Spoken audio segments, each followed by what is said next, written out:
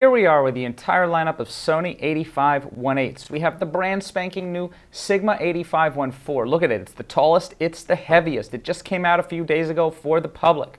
Right here we have the Sony 85 GMaster. This GMaster came out second most recently. We have the 85-1.8 from Sony at $699. It's the cheapest of the bunch, and this one I think came out a few months after this. And finally, the original 85 for Sony E-mount, the Batis 85-1.8. So in order of price, the most expensive is the GMaster, followed by the Batis, the Sigma, and rounding it out we have the Sony 85-1.8. So we're gonna get out into the field, we're gonna do some laboratory testing here, and before we even start that, let's go ahead and talk lens functionality and features physically on the lenses. So right here we have the Sigma. It has a manual focus rangefinder, and it has an AF to MF switch.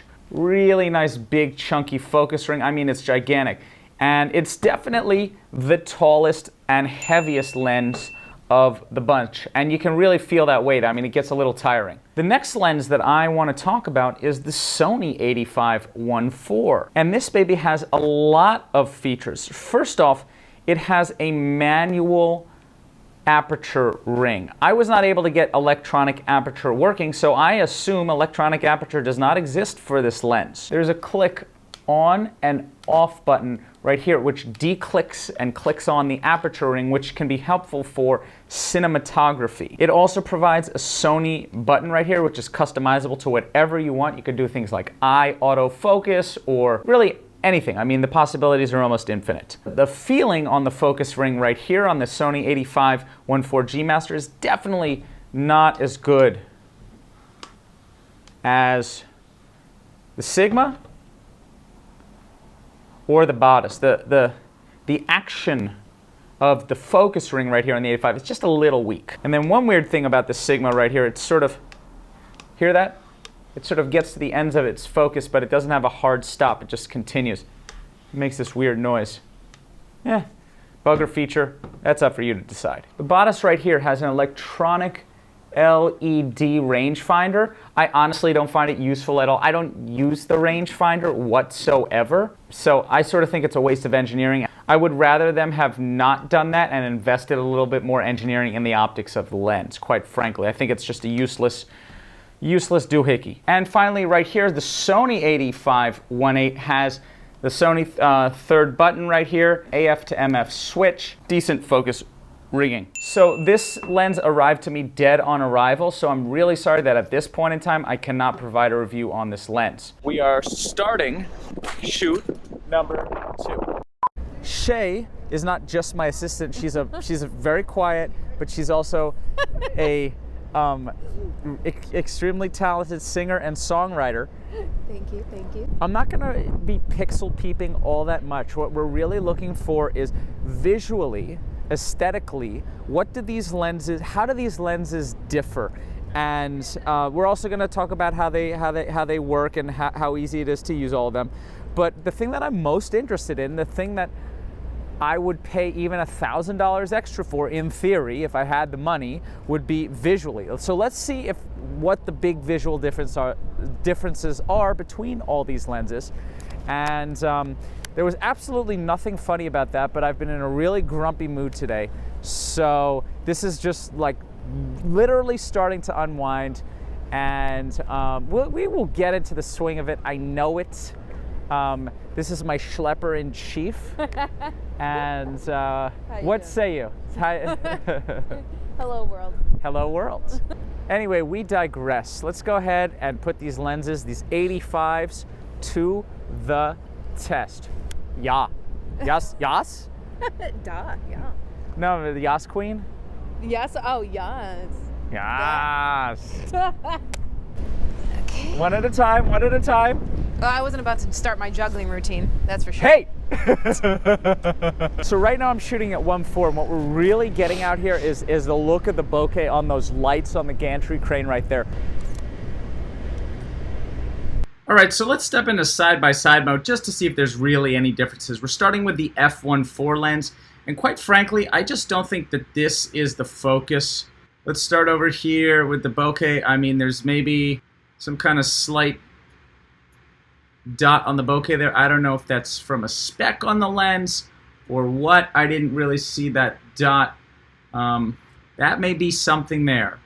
I think this thing cut off is just because I was in maybe a centimeter to the right or to the left standing. I don't think that's actually due to the lens. Again, we have difference in shadow right here in the eye, but I just think that's because she was shifting position.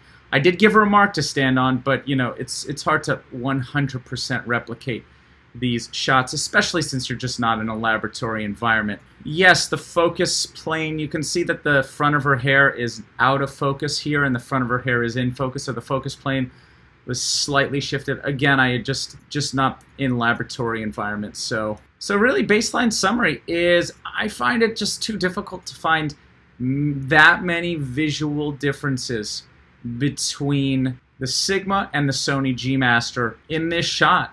And I just think that they're both trying to achieve the same standards of quality. So yeah, I just don't think there's anything that strikingly different. So let's move on. All right, so here's a comparison between the Sigma Art on the left and the Batis 8518 on the right. So really the biggest difference to me is the difference between f1.8 and f1.4. I mean, just look at the lines right here on the f1.8. They're a lot sharper than the f1.4 right here. And the focal plane is very similar. Her hair is exactly in focus, right? It's crispy focus between the hair particles on both photos. So again, you just see the bokeh is just smoother and softer on the f1.4, and it's just a little harsher on the right. So that would be a reason to not get the Batis. Given that you can get the Sigma Art for about the same price as the Batis, I'd say that's a reason to go Sigma Art right there. The Batis is a lot lighter. Oh my God, it's like 4 times lighter, at least. But if you're going to invest this amount of money, you're probably going to want some optical results. Stay tuned for the end of the review where I take into consideration everything between price, visuals, functionality, and which one you should buy. So let's move on. So I think the biggest takeaway here is in a laboratory environment, Christmas lights, the Batis bokeh is a bit smaller, and then we really are looking between the Sigma and the GMaster, and they're quite similar, but there are some differences, and take away from that whatever you want. So here we are with the 85 GMaster, f5.6, f9, not like a super star, but you could see around f16 there's a bit of a star pattern. One of my favorites right here, the Sony 24-70. So let me just throw that on just as a little sidetrack, just to show you what I mean by like incredible lens stars. We're at f4 on the 24-70. And look at that, right at f5.6, you just see an incredible lens star. Look at that, 6.3 and f8. It really shows you that 24-70 is to me one of the baselines of incredible lens stars. It's one of the reasons I love shooting with that lens out on the street at night, just to get some beautiful lens stars of the street lights. And street cars. I've used it for music videos. It's just super beautiful. So anyway, let's get back to the 85s. I still think the lens star for the 24-70 is nicer than the Sigma, but it's very clear that the Sigma provides a lens star optical, which is not an optical requirement. It's just here at the Batis f1.8, and I'm not really seeing a lens star. Where I'm seeing the most lens starring is right around f7.1. So here we have the lens stars, and what's really clear is the Batis lacks a lens star, and the Sigma and the GMaster have lens stars. I mean, it totally looks like a comet to me. So we're gonna call the 85 GMaster a comet lens flare. It's an interesting lens flare pattern. It's definitely a lens flare, but here we are with the Batis. It sort of looks like 9 planets, but there's a little bit of wobble going on. You can see right there. Again, it's very subjective. Whether that wobble's a bug or a feature right here on the Batis, I don't know. That's up to you. All right, so let's talk color fringing, which is something that happens in sort of high contrast areas. Right here, as you can see, we are on the Sigma Art lens, and maybe just a little green fringing right here, right? Maybe just a little green right here. Look at that fabulous eyelash focus. But all right, so now let's move on to the 85 GMaster. And I think there's a really strong difference right here. Look at this. It's really heavy green fringing. And let's even do a side-by-side right there. All right, so you see we have the GMaster on the right, and right on the left here we have the Sigma. I mean, just look at this on the GMaster. There's just so much green fringing going on in the hair right here. You know, I've got a flash. As you can see, I've got a flash, a backlight going on the hair. And just so much green fringing going on.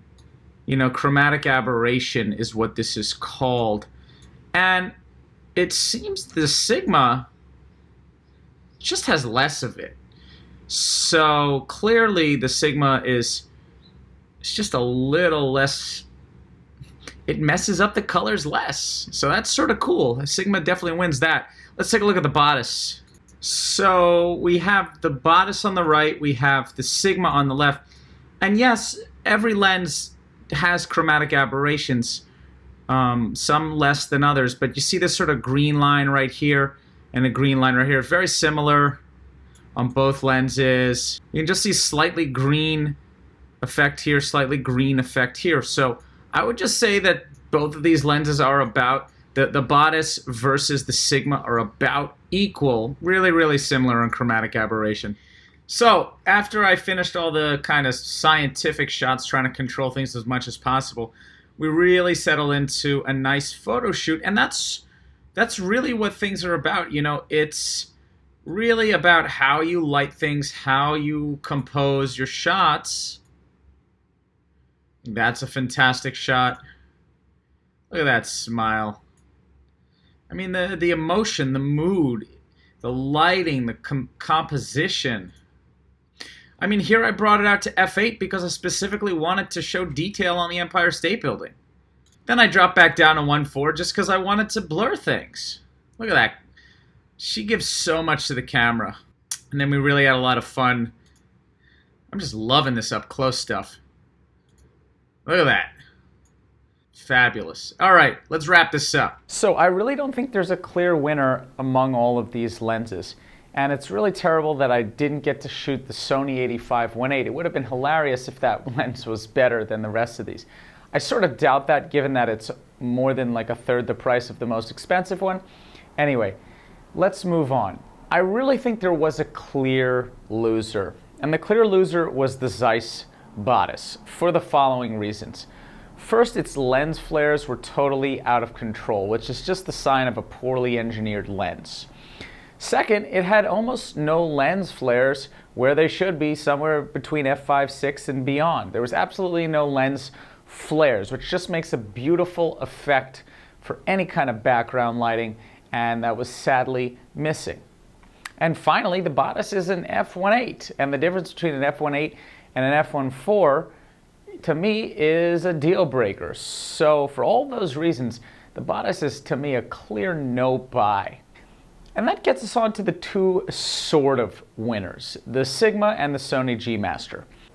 Now optically, I'd say the Sigma beats the GMaster, and here's why.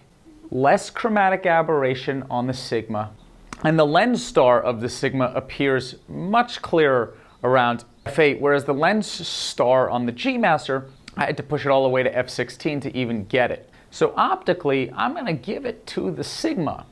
That said, the Sigma was so heavy enough, and I work out every day, I shoot all the time. But the Sigma at almost 2.5 pounds was heavy enough to make me feel tired. Now, if it's not an issue for you, the Sigma's a clear win because it's also hundreds of dollars cheaper than the GMaster. But personally, I would probably get the GMaster and see if I can live with all the optics. I mean, if I'm gonna need a lens for a lens star, I have my 24-70, and you're only getting lens stars around f8 anyway. You're not gonna be getting lens stars at f1.4, but it's really the weight of the lens. So I would sort of get the 85 GMaster and just see if I can live with it. So that would be an interesting longer term experiment. That said, let's take a step back, and I really think it's a shame that the Sigma is so heavy, and I really think it's a shame that the Sony GMaster has chromatic aberrations. And I also think it's a shame that they're not really doing anything to stand out from one another. They're trying to conform rather than push the envelope and do something extraordinary. Maybe something like what Mayer Optic is doing. It'd be great if Mayer Optic, had electronic focus. Maybe another next cool test would be to put the Canon 85 f1.2 against this. Even stack it up there with some Nikon lenses. I even think it'd be interesting to stack up that interesting Nikon 58. I think it's an f1.2. It's very famous 58 oddly numbered millimeter lens. Just to see optically, which has cooler bokeh, which has cooler depth of field, because to me it's all about the visual. That said, it would be really awesome if you could have a light lens that was optically amazing, but we're just not there. And I know lots of people who still shoot Canon lenses with adapters on Sonys, but still, it just doesn't focus as fast. I think everybody's going to find their own winner in this. And I hope that this review has been valuable to you. So go ahead and check the description below if you want to pick up any of these lenses. That real shallow depth of field, hopefully in an f1.4, maybe one day in an f1.2 lens, I really think is better than having an f1.8. So go ahead and check the description below to pick up those lenses. And this is the Hunter Report. Please subscribe, please give me thumbs up, and thank you so much for tuning in.